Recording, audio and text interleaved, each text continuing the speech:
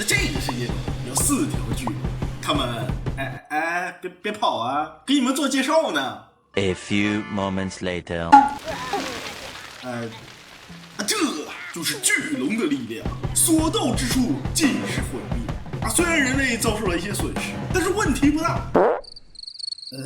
人类未来可期。欢迎来到今天的比赛现场，我是解说上帝。如你所见，比赛开始就有4条巨龙随机破坏这个世界。就算杀死巨龙也没有用啊，因为他们每过100年便会降临一次，并且一次比一次多。好在今天的4族乃是穿越而来，天生拥有各种强大的科技。现在他们必须在各自的岛屿上生存发展，争取早日点出航海科技，登陆中央大陆，消灭巨龙和其他种族，赢得比赛，一统天下。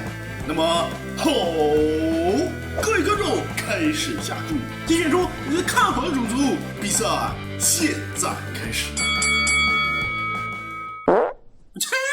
巨龙被糖果生物弄死了，这科学吗？不过这可能也说明了糖果生物比巨龙还要可怕。突发消息，一只巨龙正在接近矮人，矮人高度戒备。不过看起来巨龙只是想睡觉那应该是没事的。我来。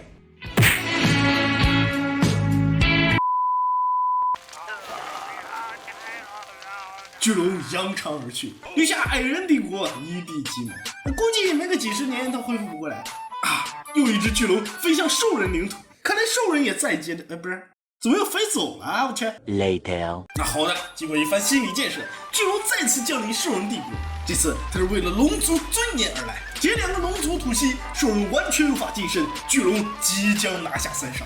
但这时兽族国王铁莱、颜真、斯科特挺身而出，他手持兽族至宝离尘天影，妄图以凡人之躯射杀巨龙。这有可能吗？他能做到吗？他做到了！他以一己之力拯救了兽族，实在是太牛逼了！赐予你永生属性，加油努力吧！这时精灵却突然训练兽人，时机选得非常好，但可惜目前的大家都没有航海科技，这么好的机会只能白白浪费了。人类恢复的还不错虽然开局被搞得挺惨的，但是我也给了这个最后的幸存者，也就是这个叫白赛的家伙很多补偿所以人类才能有今天的成就。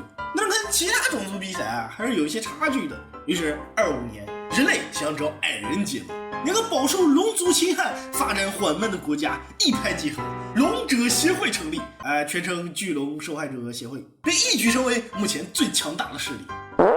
我的妈呀，巨龙又死一个，怎么跟杀鸡似的？糖果生物拿下双杀。与此同时，精灵终于研究出了运输船，并开始派兵抢滩登陆兽人帝国。虽然完全打不过，但是还是拼死毁掉了兽人港口，拖慢了他们建造运输船的速度。眼见科技落后3、4年，兽人主动与精灵谈和。今日精灵想要加入龙者协会不行，你都没有经历过龙灾，凭什么能加入龙者协会呢？请看 VCR。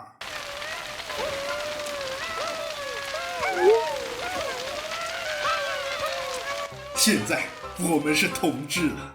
36年，精灵成功加入龙者协会，同年最后一条龙也被干掉了，糖果生物拿下3杀。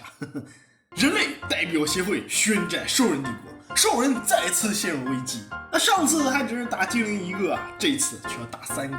但好消息是，人类和矮人目前都没有运输船科技，所以目前能跟兽人打的还是只有精灵。那这样的话好像也没啥区别了。那精灵不干，奶奶的逮着一只羊猛薅是吧？他再次登陆中央岛屿，开始了殖民工作。好在巨龙已经团灭了，这次没有巨龙来找他们麻烦。但他们紧挨着的是埋葬了3条巨龙，号称世界盒子最恐怖地形的糖果之地。所以说实话，我并不看好这座分城的前途。终于兽人也有了自己的运输舰，这下可以反击了。但是人类也有了自己的运输舰，还时不时派兵过来骚扰。兽人一怒之下派兵进攻矮人。矮人生气了，立马也爆出运输舰反击兽人，并且又把兽人的船厂给拆了。这可真是个悲伤的故事。而除了进攻兽人，龙者协会也在积极扩张。人类和矮人陆续在中央大陆建立了分城，形势一片大好。但这个人他一发展起来就容易懈怠。既然可以瓜分中央大陆，那为啥还要打兽人呢？本着这样的想法，54年，龙者协会与兽人帝国谈和，紧接着世界进入了冰封纪元。然后精灵分城不出意外的被糖果生物干掉了。59年，兽人终于登陆了中央岛屿，并建立了分城，而且一建就是2座，一下子赶上了人类和矮人呢。这次可能是嫉妒，精灵代表龙者协会宣战兽人。那这已经是兽人第3次被打了。刚建好的兽族分城不出意外的毁灭，兽人真的好惨。那可能是上天都看不下去了。矮人首都遭遇了冰魔入侵，一些房屋遭到了破坏。那精灵首都遭遇了雪人入侵，但雪人很菜呀，被赶来的精灵部队消灭。什么？矮人帝国竟然有人想叛乱？原来此次叛乱的是矮人皇族坦莱家族长子卡宾达。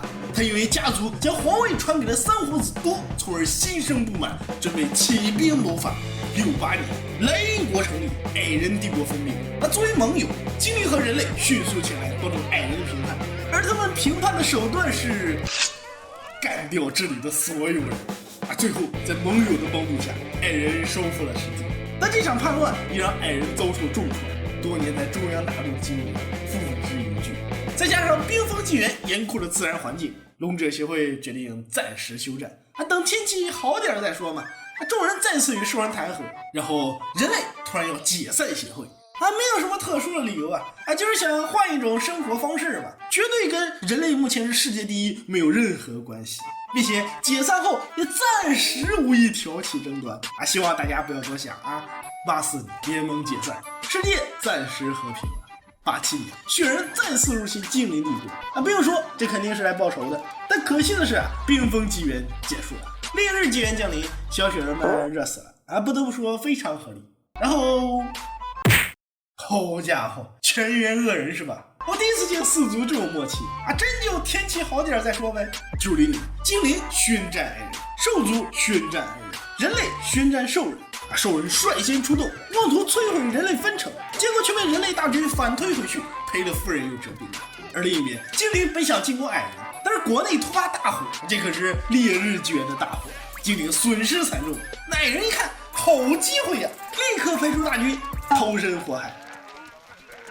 精灵一看好机会派出军队登陆矮人分城，还带上了传说级的撒旦权杖，把矮人分城给点了顺便把自己人也点了。兽人退守首都，但人类依然不肯放过兽人。98年，抢滩登陆兽人首都，妄图完全消灭兽人。但这时，兽皇斯科特再次挺身而出。他现在虽然年迈，却依然拿起弓箭与人类作战。最后就是100岁老人寡不敌众，英勇战死。兽族平民群情激愤，纷纷抱起反抗人类，终于是让人类赶出了兽人首都。接着更是派出所有军队针对人类分城展开袭击。一时间给人类带去了不小的麻烦，但是紧接着更大的麻烦要来了。公元100年，8条巨龙出现在地图中央，第2次龙灾现在开始。由于人类在中央大陆拥有最多的领地，所以他们受巨龙的影响也最大，几乎每座分城都有1条巨龙。火焰从巨龙口中喷出，并在烈日纪元的加持下迅速蔓延，直接把人类烧得没脾气。面对巨龙的威胁，各国纷纷放下仇恨。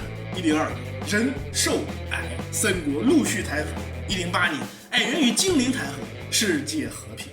但紧接着，精灵与兽人结盟精兽联盟成立然后兽人代表联盟宣战人类，不但在人类门口创建分城挑衅人类，还派兵攻打人类分城，给人类秀了一波肌肉再然后跟人类谈和，仿佛什么都没有发生过。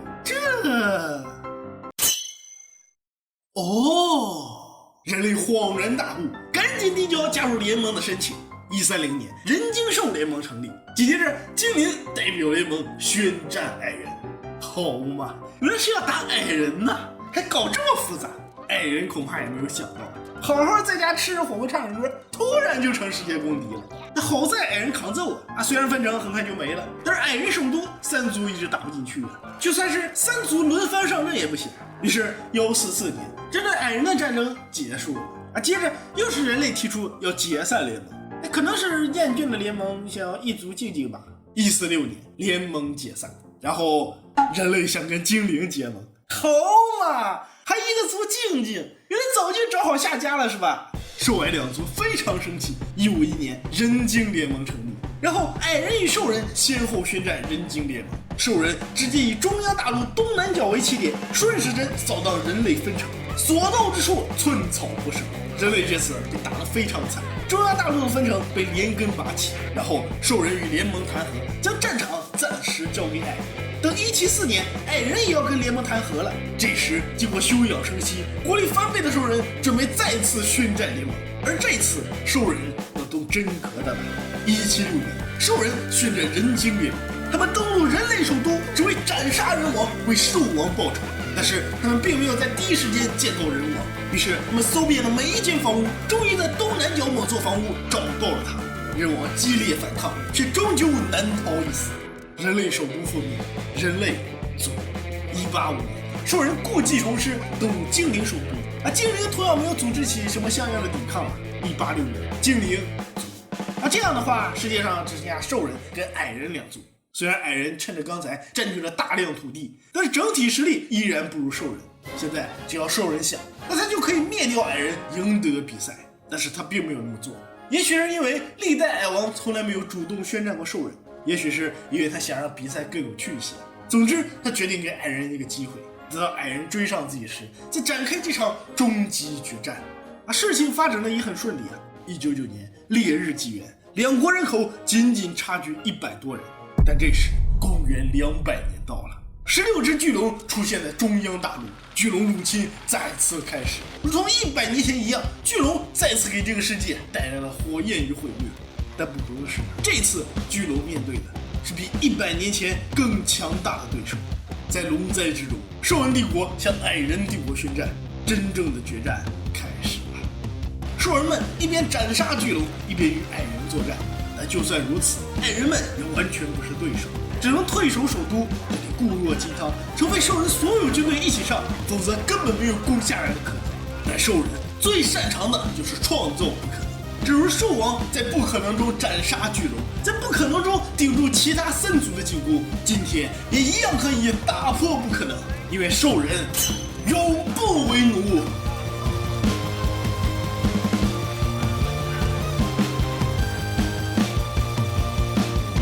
好的，让我们恭喜兽人取得了本场比赛的胜利，为兽